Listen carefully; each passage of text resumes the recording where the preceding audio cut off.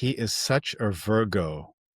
And since I'm a Cancer, I just don't understand him. A human resources executive explained to me at a conference as I suddenly rolled my eyes. What nonsense! That astrology stuff is all hocus pocus, I thought to myself, politely smiling without betraying my disdain for this subject. Trained as a mechanical engineer and further shaped as an MBA, my rational mind endeavored to find logical explanations for everything in our universe. I maintain a healthy skepticism, testing any scientific or business thesis with hard data before drawing any kind of conclusion.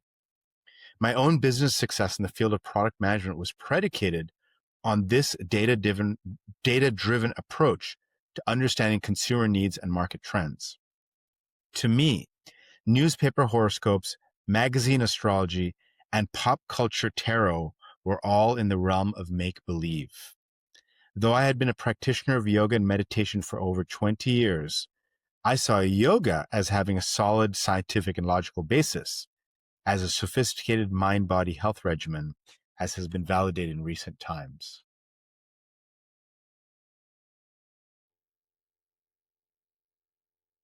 After a successful career as an engineer, executive, and entrepreneur, Vish Chatterji is honoring his sole purpose as an East meets West executive coach and Vedic wisdom teacher. He helps people find light in their work through the wisdom of his ancestors, leveraging the traditions of yoga, meditation, Ayurveda, Vedic philosophy, and Jyotish. His coaching practice, Head and Heart Insights, counsels clients across the globe, and he serves as a faculty coach and educator for the Berkeley Executive Coaching Institute at UC Berkeley. Vish holds a BS in mechanical engineering from Northwestern University, an MBA from the University of Michigan, and an executive coaching certificate from UC Berkeley. Vish has studied in traditional Himalayan ashrams and at the Chopra Center for Wellbeing. Vish has held public office as a board director for the Beach Cities Health District in Los Angeles and is the author of The Business Casual Yogi, Take Charge of Your Body, Mind, and Career. The newly released Astrology Decoded, The Secret Science of India's Sages through Mandala Publishing is out, and that is why Vish has returned to the Create Magic at Work community and audience today. He was born in the bustling city of Hong Kong to Indian parents, has traveled to over 50 countries, and can get by in 7 languages. Incredible. He currently resides in Redondo Beach, California, within a bike ride to the Pacific Ocean. He's a married father of 3 and is often found cooking with the family, working in the garden, and tinkering in the garage. Vish, welcome back to Create Magic at Work, and thank you for that beautiful reading from Astrology Decoded to kick us off. Thank you, Amy. I'm so happy to be back on Create Magic at Work. It's been a show that I've been listening to over and over since I first appeared on it, I think several years ago with Business Casual Yogi. It's an amazing community that you've created, and I think more and more people are starting to realize how important it is to have magic at work, magic in life in general, right? Yeah, thank you. We're actually celebrating 3 years this month of the podcast. I can't even, I'm like, how have I been doing this for 3 years with all of these incredible people? It's amazing. It's quite extraordinary. It doesn't even feel like it's been 3 years. And I'm excited to have you here. We have had some really amazing conversations about Jyotish, which is Vedic astrology. We've also had some amazing personal conversations in regards to how it compares to Western astrology and how it ties to leaders in the workplace. So I want to start off. There's a part in Astrology Decoded, way towards the end, in your thank yous, where you said the book was born partially from a conversation you had in a cafe with someone where you started talking about planetary archetypes for leaders. So why don't we start off with you sharing how you ended up on this path? An engineer, someone with an MBA, your reading was like this HR person at this conference was telling me, oh, so and so's a Cancer, I'm this, and you're rolling your eyes. Now you're here on Create Magic at Work as the wise sage that helps people with Jyotish, with Vedic astrology. Tell us a little bit more how you got here. Yeah, it's been quite a journey. I think, it's almost like the veil got lifted little by little along the way for me. Trained as an engineer, being a business leader, I was always very skeptical about anything sort of too mind, body, spirity, focusing on data and hard science. I'm trained as an engineer. And I guess there's two converging paths. One was in the corporate world as a leader, we were constantly doing these personality assessments. Mm-hmm. There's Myers-Briggs, there's the disc profile. They just keep growing. There's probably 10 or 12 different personality assessments in vogue. Mm-hmm. And why is it that all these corporations keep doing personality tests on employees? Like, what do you think, Amy? Why is that? I just keep they were going in my head. StrengthsFinder, this, that, Huh. Myers-Briggs. I think I really, that's such a good question because I'm like, why? Why are we doing this? To help people have some personal self exploration, maybe some self awareness about how they interact with others as a team. Hopefully, those types of things. How to strengths, how to amplify your strengths, how to hone in on those. Right. Yeah, maybe shine a light on some of your shadows. Yeah, so that's what's happening is everyone's trying to understand themselves better, and companies are trying Mhm, to help their leaders, especially understand themselves better, so they lead better and interact in teams better. And the person at the cafe that I was chatting with happened to be the associate publisher of Mandala, and he's trained in Myers-Briggs, so he's kind of a personality type expert. And I was telling him how Vedic astrology is the ultimate personality assessment. It goes deeper than anything else out there, right? And this is, mhm, after this is mine had subsided. So mhm, realizing that when you look at the moment of somebody's birth and you analyze their birth chart, their horoscope, so to speak, you actually get a much deeper personality read than anything else out there. And when people go to the newspaper horoscope back in the old days, or a magazine horoscope, or online, or whatever, they're also trying to do this self exploration. Everybody seems to want to understand themselves better. And I have been a coach, an executive coach for the past 8 years. And as a coach, I want my clients to help to understand themselves better. And of course, some of us coaches, we use personality assessments, but I got really interested in the Indian Ayurvedic medicine system. So there's an Indian ancient tradition called Ayurveda. It's a mind body medicine system, and it divides people into these three sort of archetypes. They call them Vata, Pitta, and Kapha. And I talked about this a lot in Business Casual Yogi, my first book. And you could say Vata in general is an airy, creative type. Pitta is a fiery, driven type. And Kapha is more of an earthly, counseling, grounded type, right? And so mhm, everybody is a combination of these three archetypes, either very heavily towards one or the other. And in Ayurvedic medicine, a doctor would figure out what is your particular type, mind, body, constitution. And then they would give you lifestyle regimen, herbal regimen, protocols on massage, all these different sort of approaches based on your unique mind, body, constitution. The idea is that it's a more personalized approach to medicine, right? But I thought this was such an interesting tool to understand leaders better. So I started using these Ayurveda archetypes in my coaching practice. And I would give my clients a quiz. And that quiz is in Business Casual Yogi. You can take this quiz. And as you take the quiz, you'll figure out what is your archetype. And then based on that, I would, suggest different leadership approaches. Like a Vata mhm, is a very creative type, very spacey, very airy, lots of ideas, but can get very ungrounded and start to have issues with, ungroundedness, right? Not like anxiety or insomnia or not thinking straight. But then I was noticing that in corporate America, we all want to be the type A personality. We all want to be that driven leader. And so we kind of self select towards the fiery archetype. And so when I would give my clients a quiz, I would see before my very eyes a different archetype, a different, my intuition was saying, hey, I think this person is more airy or spacey or more earthy or more grounded. But they would take my quiz and almost self select to be more fiery. mm. And so I went to my Ayurveda teacher and I said, people are cheating on my quiz. People are cheating on my quiz. And he said, well, there's a very simple way to deal with this. you should look at their birth chart. I said, birth chart? What do you mean? That astrology hocus pocus stuff? He said, yeah, you look at the birth chart, see when they're born, pull up a chart for the moment. And he started teaching me this system of Vedic astrology. And I started to get a real ground truth on people. So I had someone come in my office. I'd give them the quiz. I'd see the cheated results. I'd ask them for their birth information. I'd pull a chart and I would say, you know what? This is what I see. And I would ask them some questions and they would say, how do you know that about me? I've been trying to hide that for years. And so then I started to realize like this astrology system actually does give quite a ground truth. And then of course my question became, what else can I do with this birth chart? And that opened up this entire journey into Jyotish and Vedic astrology.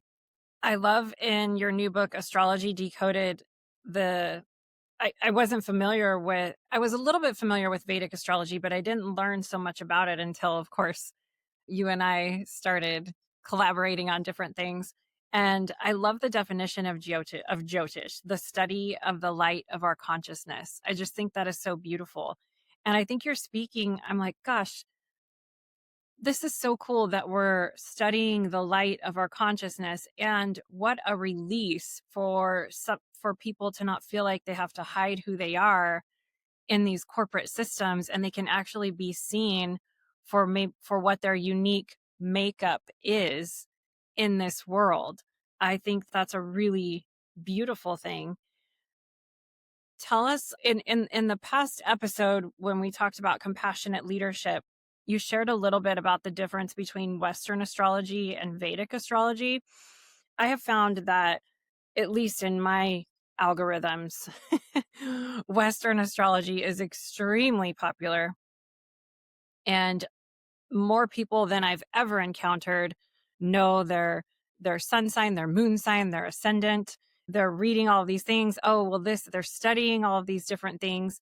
And what an important distinction that you made, and I mean, you're the Jyotishi. So I'm going to have you answer this. One, share with us the distinction between Western astrology and Vedic astrology. Let's leave it at that for right now. I have so many questions. So yeah. Yeah. And so I think when I first started going down the path of Jyotish and Vedic astrology, because I was so skeptical about astrology, I went with this sort of skeptical mind and I was looking for the chart to prove out reality. So I would say if I'm seeing this in a chart and somebody's, birth chart, and I ask them questions and they're affirming what I'm seeing, then I'm starting to say, okay, you know what, the data is coming back and affirming what I'm seeing. But I also didn't know much about Western astrology. And even to this day, I don't really know much about Western astrology. It's not something I ever followed or researched or understood. But then it's so popular, like you said, like people are talking about it all the time. And is one system better than the other? It's hard to say, right? I don't want to disparage the whole Western astrology system because it has its place and its value. But the first thing I want to preface is that we are all of the signs. All zodiac signs show up somewhere in our birth chart. So some aspect of us is represented in each of the 12 different zodiac signs. So if you were to pick up a newspaper horoscope or a magazine horoscope or look up something online and read anything random, there's something in there that'll apply to you. And I think that's what happens is people read something like, oh yeah, that's me. I kind of get that. But underneath, there's still a bit of like, I'm not sure if that is really me. I'm a little skeptical. So the first thing that happened is when I started to learn about Jyotish as a Jyotishi, I started to notice that the calculations that Vedic astrologers use are very different to the Western system. And the calculations that astrologers in India use are accurate to the actual observable sky. So Vedic astrology is an observable system. Yesterday, the moon was in Pisces. If I took a telescope and looked behind the moon would be the star constellation of Pisces. Now, a Western astrologer may say it's in a different sign because they're using a different calculated position. So what's starting to happen is the Western astrologer is looking at the birth chart or looking at a chart, looking at a sun sign, a moon sign, a rising sign. But if they looked out of their window, away from their computer and up out the window, they would see something different in the sky. With Indian astrologer, whatever they're looking at on their computer or on their piece of paper, When they look out the window, what's in the sky matches what's on that piece of paper or on the computer screen. So observable system. And why is that important? In Western astrology, you call it a zodiac sign. And the sign is very interesting. It's a word sign because it's kind of symbolic, because it's not really there.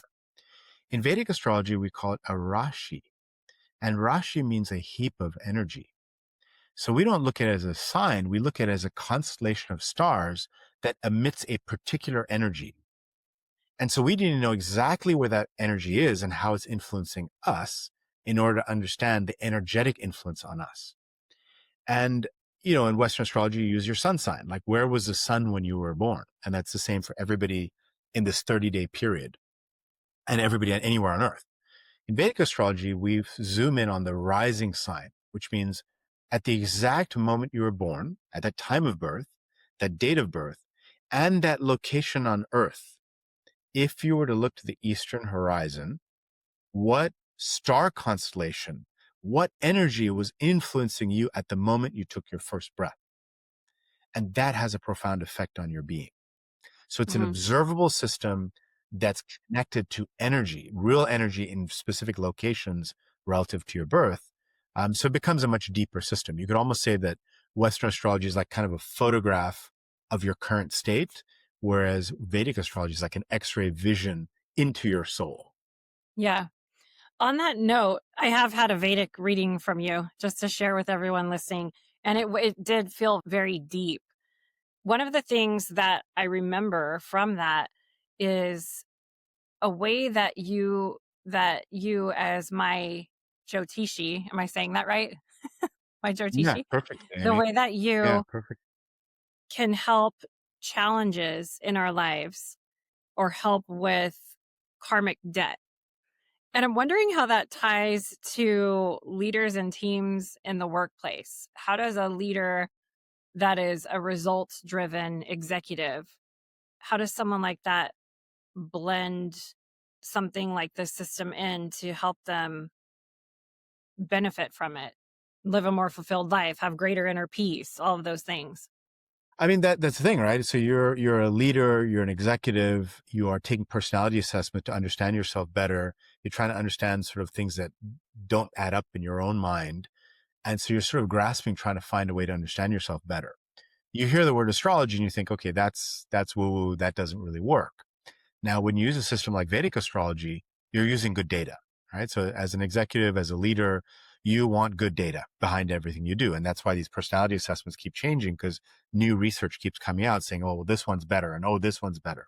So you want good data, and that good data is good actual calculations of where the planets are in the sky at the moment of your birth and right now at this very moment, right? And how they're influencing you. And once you have that good data, you can start understanding and applying a little bit of your intuition that, wow, that is some strength of mine that I didn't really recognize, I didn't cultivate, but I know was there, right? So I start to see the Vedic birth chart as a SWOT analysis. So, as an executive coach, a lot of times in the business world, we do a SWOT. We do, what are your strengths? What are your weaknesses? What are your opportunities? What are your threats for an individual or for a business? And so I can basically pull up a chart for an individual or even for their business and quickly identify, based on these energies of these different star constellations and different planets, what is the strength, weakness, opportunity, and threat for that person, which in essence allows me to ask a great question. At the end of the Hmm. day, it doesn't matter if the chart is, if the interpretation is perfect. What's great about it is you're asking a great question that probes into something that leader probably hadn't thought about before. So I feel like the astrology system, just like any assessment out there, think about it as a tool to ask a great question for deeper self-awareness. How do we differentiate between ego versus higher self in our approach to this? I'm just thinking with the rise of popularity of a lot of this, which is great.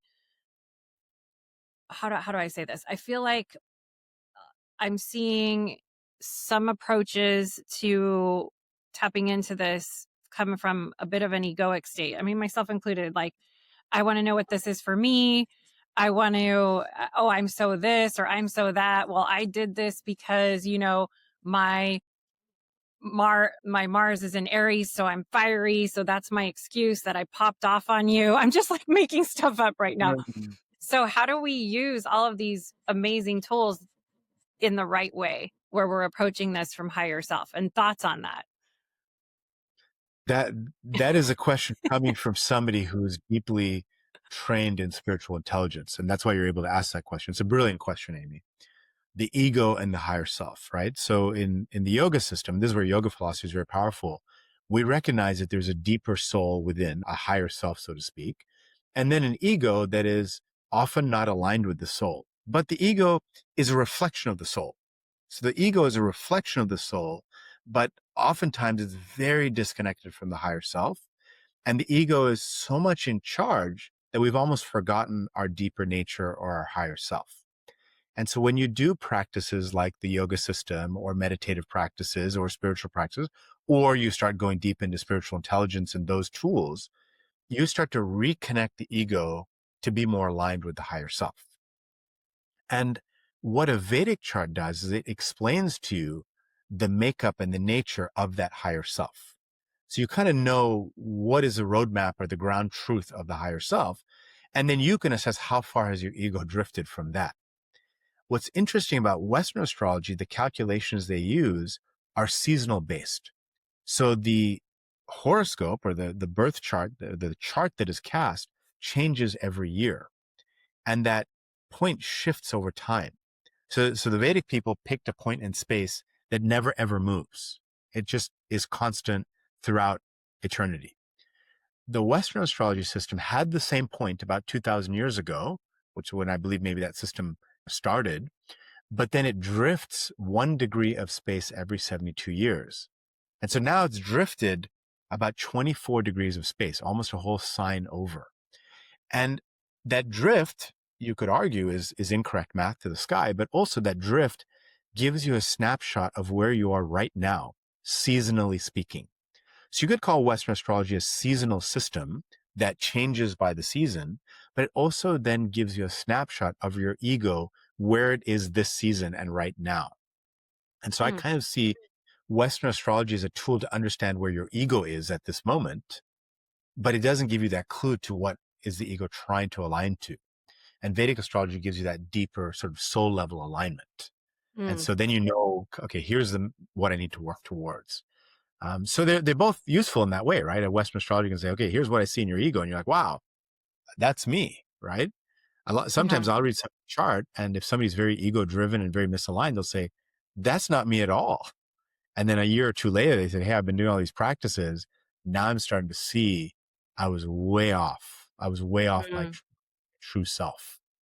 So as a tool to find your true self, Vedic astrology, yoga, these systems, they're designed, they're developed to help you find your true self. Interesting. I have the most randomest question right now to that. Go for it. Okay. So to me, you're describing if somebody was operating from a real deep ego state and you had a chat with them as their Jyotishi and you pointed out these ways they can tap into higher self, then they're aligning with true inner peace, true fulfillment, who they are at soul level. How does that what does that look like if somebody wants to use a tool like this for their deep egoic state? What if somebody wants to not operate for the greater good or for a higher level of global consciousness or for a elevated collective? What if somebody wants to use these tools for more money? Just go. How do I because I know there's a lot of great manifestors that can manifest things, and that's sort of where I was going with my other question too. It's like, how do we use these tools so they ripple out in a way that it's for the greater good and not just for self-serving reasons? I mean, I could get into that space myself. Oh my gosh, like I, new moon intentions. I need this deal, trying to bend the universe to your will, let's say, right?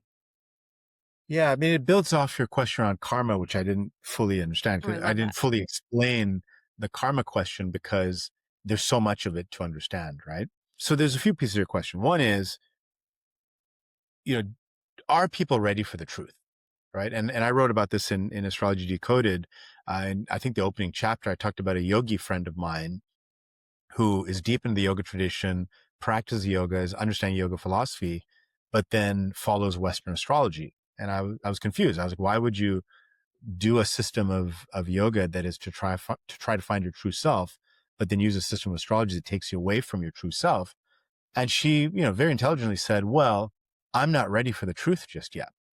I'm kind of attached to my ego. I'm attached to what I've created for myself, and I don't want to leave that. And that's fine, right? So you can say, you know what, you're not ready for that level of truth. And even as a Jyotishi, clients aren't going to come to me if they're not ready for that level of truth, right? If they want Hmm. to stay in kind of more superficial, ego-driven existence, that's fine. They can do that, right? Hmm. And not everyone needs to access the truth at every point in their life. When you're ready, then the knowledge will be there for you.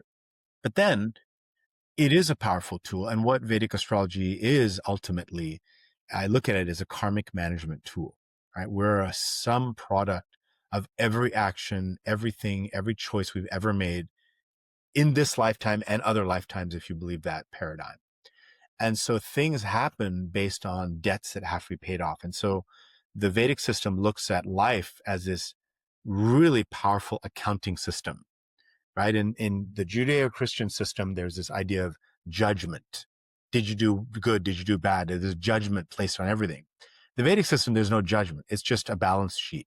It's either plus or minus, just like numbers, right? You look at numbers and you look at a balance sheet in finance, there's no judgment. It's accounting, right? And so when you look at the karmic balance sheet, as an astrologer looks at your chart, they're looking at your karmic balance sheet and they're saying, look, based on all the karma that you have, these are the kind of things that are going to happen to you. And you have the ability to change that by paying the debt off in a different way. So when you said, Vish, I want to bend the universe, you can. It literally bend the universe by doing karmic remedies. If you, for instance, let's say, harmed a child sometime, that debt is going to come back to you. You're going to have to pay that back, right? So either you'll get harmed or a child of yours will get harmed. That debt has to be paid back. And so if you then decide, you know what, I'm going to do some charitable work, I'm going to donate to a children's charity, I'm going to volunteer to help children, you sort of, in a way, bent the universe to pay back that debt and even out that karma, right? So then the question becomes, what if you decide to bend the karma, bend the universe for some personal gain? Sure, go ahead and do it. But there's a balancing effect. There's a karmic effect. If you did something that harms somebody else, you're going to have to pay that back. So the thing is, as you take actions in life, as you start to push yourself in certain directions, are you creating more debt for yourself that has to be paid back at some point? So it becomes this karmic balancing act. When you do something in service for humanity, in service for others, usually that's giving you a positive balance in your karmic debt. And then good things will happen to you at some point. That's kind of the way to look at it. Does that kind of answer this question and the last one around karma? Yes. I want to share with everyone listening. So, personally, when I did a reading with Vish, I was carrying some anger around someone I had seen as an advisor that got really into, they gave me bad advice. They gave me bad spiritual advice. And I had been carrying it with me and I was really upset about it. And, how could somebody do this to me? And I couldn't let it go. And when just to add to this whole balance sheet thing that Vish is talking about, I went to Vish and I brought this up to him when he was showing me my Vedic chart. And very compassionately, Vish looked at me and said, you got bad spiritual advice because at some point in one of your lives, or in this life, you have given bad spiritual advice. And I was like, whoa. And for some reason, hearing that made it better for me. I was like, I get it. I get it. I can release this and I can understand because I've done this before. It hit me and it resonated so deeply with that. And it was actually really healing and really helped me have compassion for the person that I viewed did that to me. Did that to me. So I just want to share a personal story to amplify that whole karmic thing that you were explaining and how it helped me release, really. We're on the full moon energy still, so Yeah. focus on release there. Yeah. What is one lesson that you hope people take away from our conversation today, from Astrology Decoded? What is something you hope they will take away from this? Well, I think there's a takeaway from our conversation, a takeaway that I hope from Astrology Decoded. So Astrology Decoded is a book to help you start to just dip your toe in this ocean of Jyotish. It's a massive subject. It's complex. It's not very approachable. There aren't very approachable books out there. And so my goal with the book was to just give you this very digestible, approachable way to start to understand this very sophisticated, elegant system from 5,000, 10,000 years ago, much older than the Western system. And my hope is through the book, it doesn't turn you into a Vedic astrologer, but it turns you into somebody who lives with more consciousness, that you're able to go through life and notice. You don't have to look at charts. You just have to look at the world around you, right? Because what is astrology? You're looking at planets way out in space. Well, look at stuff right around you. Look at your neighbor. Look at the person sitting in the cubicle across from you. That's much closer information than a planet way out in space, and start to understand how these energies of these planets and constellations are showing up in the people and events all around you. So I think that's the first thing, is living with this more conscious awareness of the universe communicating with you all the time. And I think the other thing is, from this conversation, recognizing, and this is a hope for myself as well, is can I find gratitude in every experience that comes my way? Right? Somebody comes to me and gives me bad spiritual advice. I can get upset. Why this happened to me? Or can I get the perspective, be grateful that, wow, I just had a major piece of debt paid off, right? That bad Mm, spiritual advice I gave way back when, it just got taken care of. Thank you, oh bad spiritual advisor. You have cleared up that debt for me, right? Oh, this wow. person stole from me. Oh, thank you for stealing from me, because that time that I stole way back, who knows how many lifetimes ago, has now been taken care of. And that's very hard to do. And all the Mm, spiritual traditions are trying to move us to that sense of gratitude for everything. Good thing happens, bad thing happens, no matter what, we're grateful. Very, very hard to do in practice. But theoretically, that's really what's behind astrology, is can you find that? Can you let go of that? Can you let go of the anger and frustration when things don't work the way that you want them to? Because that was part of your debt repayment plan. I like that. Yeah, it's like seeing the gift in everything. That is hard to do when you're when you're living it, but I love how you just framed that. If someone if someone wants their Jyotish reading, how can they but there's a part of your book that says find the right advisor, Yeah. because you're opening up Pandora's box of your karma to them. And how can they find someone that they feel aligned with? Yeah. You know, in my first book, The Business of Casual Yogi, I talked a lot about intuition and cultivating your intuition. And so if you have, good, solid intuition developing practices, spiritual practices, in business, you kind of know who is a good fit to work with you, not to work with you, who's a good partnership for a deal, who's a good employee, who's a good potential other company partner. So same thing here. When you're going deep into understanding your soul's karma, pick someone that resonates with you, right? Just understand, how do I feel when I hear this person speak? Do I like what they're communicating? Is it too direct? Do I need direct? Is it too flowery, or do I need flowery? Does this person understand my context, my paradigm, right? There's many phenomenal astrologers in India, but they don't understand the Western paradigm, right? Sometimes people that really understand the Western paradigm, but they're not solid astrologers, but they're great counselors, right? So I think, a combination of bedside manners, you know, explaining ability, and then just a general just feeling that you feel like, yeah, this person is somebody that I could go to for counsel. Mhm, So, there are far more qualified, more intelligent, more computational astrologers than I am, but I bring a different perspective to it. My perspective mhm, is more, asking the question as a coach. And so using astrology to ask great questions to help people understand. But sometimes you want somebody to tell you, I have clients that come to me and say, "Hey, tell me when I'm going to get married." I'm like, I can do that, but that's not my thing. That, Hmm. like someone else will tell you you'll get married on this day, this time. Sometimes people ask me, when am I going to die? Or when is so-and-so going to die in my family? And I'm like, I don't do that. That's, unless Yeah. it's a certain kind of circumstance, I might do that kind of a prediction, but if it makes sense karmically for me. So I think it's all about finding, as you would in anything, right? Somebody who is a good fit for you is the main thing. Yeah.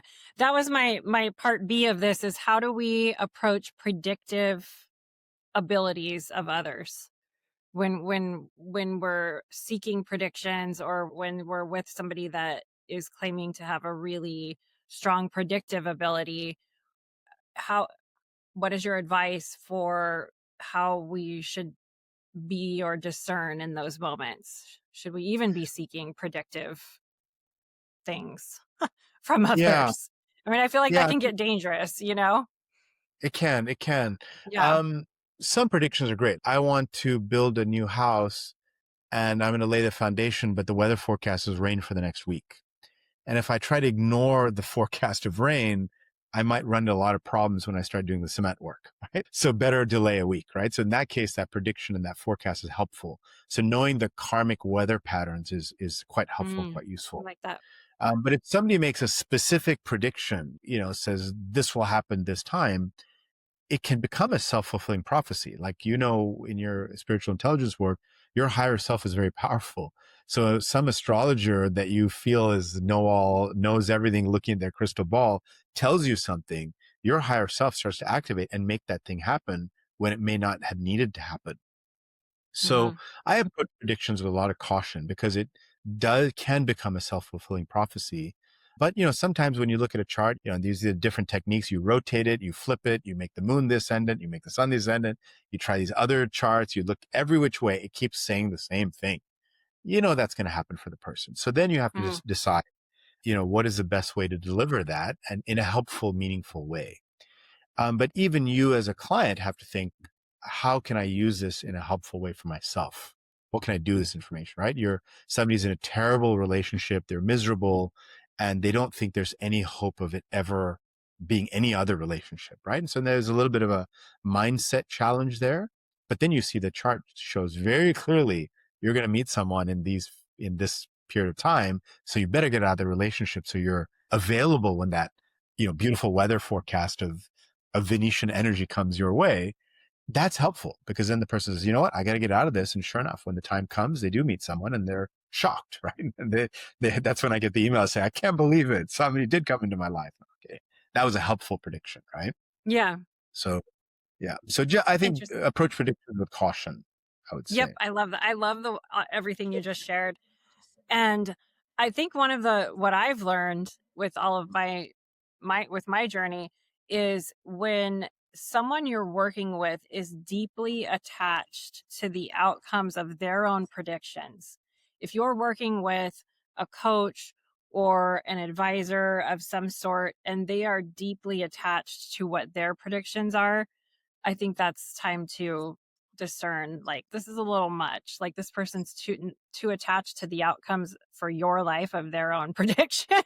That's And right. yeah, and as you know, Vish, we are open to outcome and not attached to it. That's one of our coaching values. We both went to the same Berkeley Executive Coaching Institute. I just wanted Yeah. to share that as well.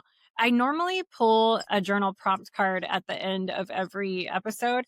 I really feel like we should do something different today because we have you as our Jyotishi here. Do you want to share any wisdom? I Before we started, I have to tell you, I was hoping you would read what you read, and I didn't even ask you to read that. That was my thought when we were emailing each other yesterday. I was like, I hope you read, and you read that. And you read, that was so cool. And you mentioned something about doing kind of something on the fly. So do you want to do that to end our conversation today with everyone? Sure. Yeah, I can. And Okay. yeah, a couple of things before we end. So one is please look for Astrology Decoded on Amazon and pre-order it. To support an author, the pre-orders make a really big deal. And I think we are going to be launching this just before launch. So it'd be perfect. Like the podcast will come out and I hope all of you listeners pre-order the book and that will help me a lot as an author. And the other thing I want to make very clear is Vedic astrology is full of remedies. So you can change the outcome of things. These things aren't fixed, right? There's some things that are fixed. There's some things that are modifiable. Western astrology kind of lays it out and says, okay, this is what it is. But Vedic astrology says, here are the energies, but you have the ability to actively manage it. And when you work with a coach or a counselor, you are actively managing those energies and changing things, right? And so setting intentions, doing practices, doing rituals, doing the work, making the right lifestyle changes and choices changes the outcome of those energies. So even when I look at somebody's chart who's not very up on their spiritual practices and they start implementing practices and tools around spiritual intelligence, a year later when I look at their chart, it's a completely different read because of the way they're actively managing those energies. So remember, you are in the driver's seat. Okay. And so finally, I'm going to pull a chart for when we started for this moment right now.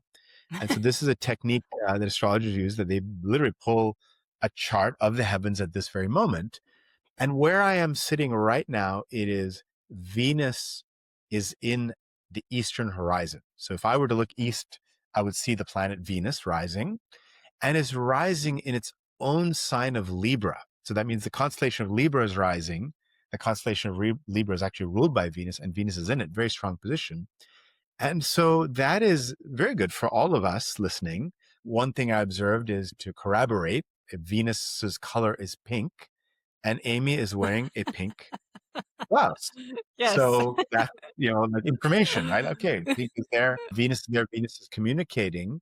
And we've had a very, amiable discussion. It's been very harmonious. So that's another Venus energy and Libra. And Venus also rules love, relationships, and prosperity. So this discussion, for all of you listening, will open up some energy for you to lean in towards healthy relationships and financial prosperity. Oh, I love that.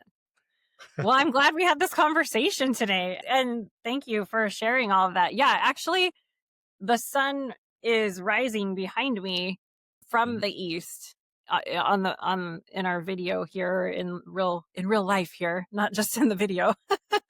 Yeah. So thank you for sharing that lovely energy with us, Vish. And yes, please, we will have the link to Astrology Decoded in the show notes. And as Vish said, for those of you that aren't familiar, pre-orders for authors are such a critical time. So, pre-order the book, click the link. I've already pre-ordered my hard copy. Can't wait till it gets here. And part of the book has a remedies section that is really interesting to take a look at. Vish, if people want to connect with you more, get a hold of you, how can they connect with you to have a conversation, work with you? What is that? Where can they go? Yeah, so the easiest way is, we just launched a site, vishchatterji.com. So just remember my name, VISHCHATTERGI.com. And when you arrive there, you'll see a picture of Astrology Decoded. This is the book. You'll see it there, and there's links to Gorgeous. pre-order from there. Yeah, it's just beautifully designed. And when you take the jacket off, the front hardcover just looks like a gift box. It's just gorgeous. Yeah, the artwork inside Great gift. is spectacular. Yeah. Yeah. So, vishchatterji.com, and you can go there, and then you can learn more about Astrology Decoded. We actually have a chart calculator, so you can calculate your birth chart from the website. And then there's links to Business Casual Yogi. And then if you're interested in working with me through there, you can find my coaching practice as well. Amazing. Vish, thank you so much for being our Jyotishi today. And thank you for bringing some magic to everyone today. Great. Thank you for having me on the show again, Amy. This has just been magical, as it always is, creating magic as you interview and talk. And it's just wonderful. I'm so happy and honored and blessed to be on the show today. Sending you many blessings back for Astrology Decoded, just being at the top of the list there for you. Thanks, Vish. Thank you, Amy.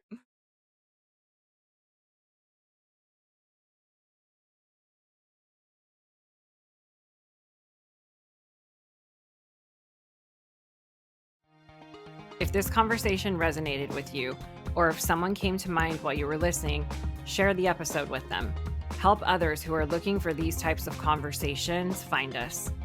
And don't forget to follow, subscribe, rate, and review. Until next time, keep edgewalking, keep challenging the way things have always been done, and keep making magic at work.